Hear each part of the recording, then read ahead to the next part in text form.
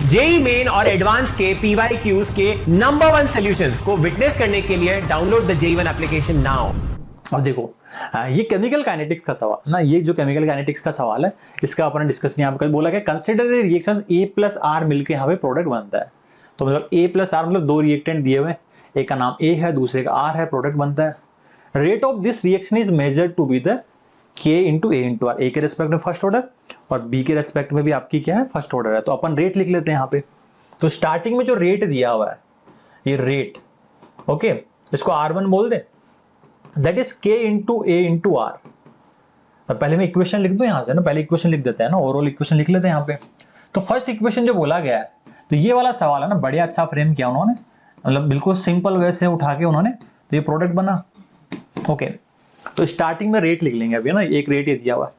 Eight the start of the reaction concentration of R naught is 10 times the concentration of A naught. तो आपको बोला गया है इसका जो कंसंट्रेशन है बच्चे दैट इज 10 टाइम्स ये है। तो ये अगर सपोज ए नोट है, ये ए नोट है, तो ये 10 टाइम्स ए नोट था शुरुआत है ना, 10 टाइम्स ए नोट है। ओके, 10 टाइम्स ए नोट आपको गिवन है, ठीक है, 10 टाइम्स ए नोट आपको गिवन है। और चलो ठीक है, ये बात तो उन्होंने लिख दी। भाई आर का कॉन्सेंट्रेशन के 10 गुना है। और रेट क्या लिख दी इन्होंने, रेट उन्होंने लिख दी शुरुआत में जो रेट लिखी थी, रेट को मैं R1 बोल दूं, that is equal to K into A into R. ठीक है, किसी भी टाइम पे रेट है ना, उस टाइम का कॉन्सेंट्रेशन। फिर देखो उन्होंने एक अगला फिर क्या बोला है, the reactions can be considered to be the pseudo first order reactions with assumption that Kr equal to K dash. क्योंकि ये कंसंट्रेशन बहुत बड़ा है ना, तो अगर मैं सूडो ऑर्डर मान के चलता हूं, अगर मैं सूडो ऑर्डर मान के चलता हूं इसको, है ना, तो आप सूडो ऑर्डर जब मान के चलोगे तब आपको बोला गया है, तो रेट कितना लिखोगे यहां से, मैं इसको नया रेट R2 बोल दूं, और इस वाली वैल्यू को, कोई 10 गुना ज्यादा है ना ये, that is equal to K into 10 A naught, 10 A naught है ना, तो इसको थोड़ा सा सही से लिख देते हैं, 10 A नोट लिख देते हैं इसको। ओके, तो 10 A नोट हो गया, इंटू ए है ना, इंटू ए बोला है। तो ये जो वैल्यू है बच्चे ना, ये जो वैल्यू उन्होंने बोला है, तो इस वैल्यू को K डैश बोला ना, इसको वैल्यू को K डैश बोला। इधर देखो ध्यान से, K इंटू आर का वैल्यू है 10 A नोट है ना, तो K डैश उन्होंने बोल दिया। अब इधर देखो आगे क्या बोला है, ड्यू टू दिस अजम्पशन है ना, तो ये तो आपका अजम्पशन है, ये आपका एक्सपेरिमेंटल, इधर वाला एक्सपेरिमेंटल चल रहा है, इधर वाला आपका अजम्पशन चल रहा है कि आप ये अज्यूम करके थ्योरेटिकली आप कर रहे हो ना। इधर की कहानी तो आपका अजम्पशन लेके चल रहा है थ्योरेटिकली, इधर आपकी एक्सपेरिमेंटल कहानी चल रही है। Okay, due to this assumption the relative error in the rate when this reaction is 40% complete है ना, इस अजम्पशन की वजह से भाई कितना परसेंट एरर आया होगा ना भाई। एक कैलकुलेशन आपने एक्सपेरिमेंटली डेटा इधर मिल रहा है, एक थ्योरेटिकल आप अजम्पशन लेके खुद पेन पेपर से यहां से आप कैलकुलेट कर रहे हो। हाँ, अब बोला गया है कि due to this assumption relative error in the reactions when reaction is 40% complete. तो 40% जब रिएक्शंस कंप्लीट होती है, आप इधर देखो ध्यान से, जब t इक्वल टू 0 था बच्चे है ना, ये ए नोट था, t इक्वल टू किसी t टाइम पे ना 40% कंप्लीट होती है, तो दिस इज एक्सेस रिएजेंट हुआ 10 गुना, क्योंकि फिर 40% कंप्लीशन किसके हिसाब से निकालोगे, लिमिटिंग रिएजेंट वाले के हिसाब से, तो है ना, ऐसे नहीं, मतलब इसके दोनों में किसके हिसाब से डिसाइड करोगे, जो LR होगा। तो इसमें से 60 कितना होगा, 40%, तो मैं बोल सकता हूँ इसको 0.6 ए नोट बचा होगा 40% अगर खत्म हो गया तो, और 10 में से 0.6 ही लेंगे इसके, तो ये कितना हो गया 9.4 ए नोट बोल दूं मैं इसको, है ना, पॉइंट्स है ना, ठीक है, सॉरी 9.6 बोल दो ना, 9.6 बोल देते हैं इसको ना, ठीक है, 0.4 ही खत्म होगा ना, तो 9.6 ए नोट होगा। ओके, तो उस टाइम पे R1 जो रेट आएगा बच्चे, R1 जो रेट आएगा that is K into 0.6 A note, और ये कितना हो गया 9.6, ये वाला वैल्यू तो ये हो गया, और ये 9.6 ए नोट, तो ये वाले वैल्यू मैं रखूं तो कितना हो गया K इंटू 0.6, 9.6 इंटू ए नोट का होल स्क्वायर, तो ये वैल्यू आ गया आपका R1 है ना, तो इसको मैं 1 बोल दूं, ठीक है, ये R1 आ गया। R2 क्या आएगा बच्चे, उसी टाइम पे ना जब आपने अजम्पशन लिया, R2 कितना रखोगे, है ना, 10K ए नोट, ठीक है, ये जो वैल्यू आपको दिया गया था, ये वाला वैल्यू कितना होगा, तो एक्सेस है ना।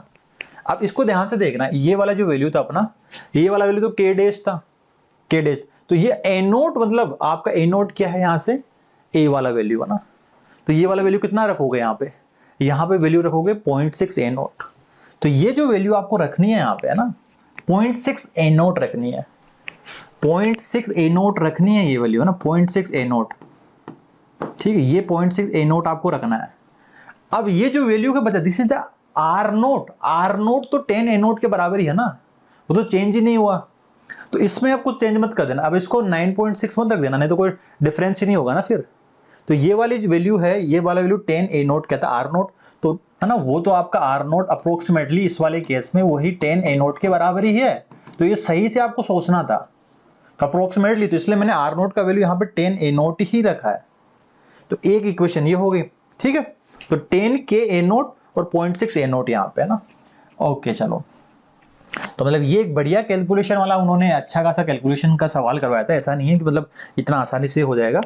तो ये आपका 2 वाला पार्ट हो गया। अब आपसे पूछा है relative error in the rate when this reaction is 40% complete, है ना, पर रिलेटिव एरर कितना रहा होगा। तो रिलेटिव एरर जो रहा होगा, relative error comes out to be the कितना रहा होगा भाई डेल्टा आर, जो आपकी एक्सपेरिमेंटल वाली वैल्यू को नीचे रखना ना, वो एजम्पशन वाली को नीचे मत, इनटू 100 जब आप करोगे, और डेल्टा आर मोड वाली वैल्यू ले लेना, that is R2 - R1 mode value ले लेना यहाँ पे, है ना। अगर कोई R2 - R1 वैसे आएगा वैसे, है ना, तो R1 × 100। तो ये एक बढ़िया सा एक कैलकुलेशन जब आप करते हो इसको ना, तो इधर देखो R2 यहाँ से अगर मैं वैल्यू को बाहर निकालू यहाँ से ना, के ए नोट स्क्वायर को बाहर ले लूँ, तो इधर देखो ना के ए नोट स्क्वायर को मैं बाहर ले लेता हूँ, ओके ठीक है, के नोट स्क्वायर, और ये कितना हो गया 6 ले ले यहाँ से। यहाँ से अगर आप वैल्यू की बात करोगे के ए नोट स्क्वायर, और ये वाली वैल्यू कितनी है 6 आ रहा है यहाँ से ना, 6 R2 - R1 की मैं बात करूँ तो यहाँ से वैल्यू लोगे 0.6 × 9.6, ठीक है, divided by R1 that is 0.6 × 9.6 × के ए नोट स्क्वायर, के ए नोट स्क्वायर इंटू 100, है ना। मैम आप हेल्प करेंगे कैलकुलेशन में थोड़ा सा। हाँ, तो इसमें देखो के ए नोट के स्क्वायर से के ए नोट स्क्वायर गया, एक बार 9.6 × 0.6 करना मैम। तो वैसे मैंने सोल्व तो किया था, कितना आ रहा है 5.76 में से 6 एक बार सब्ट्रैक्ट करना मैम,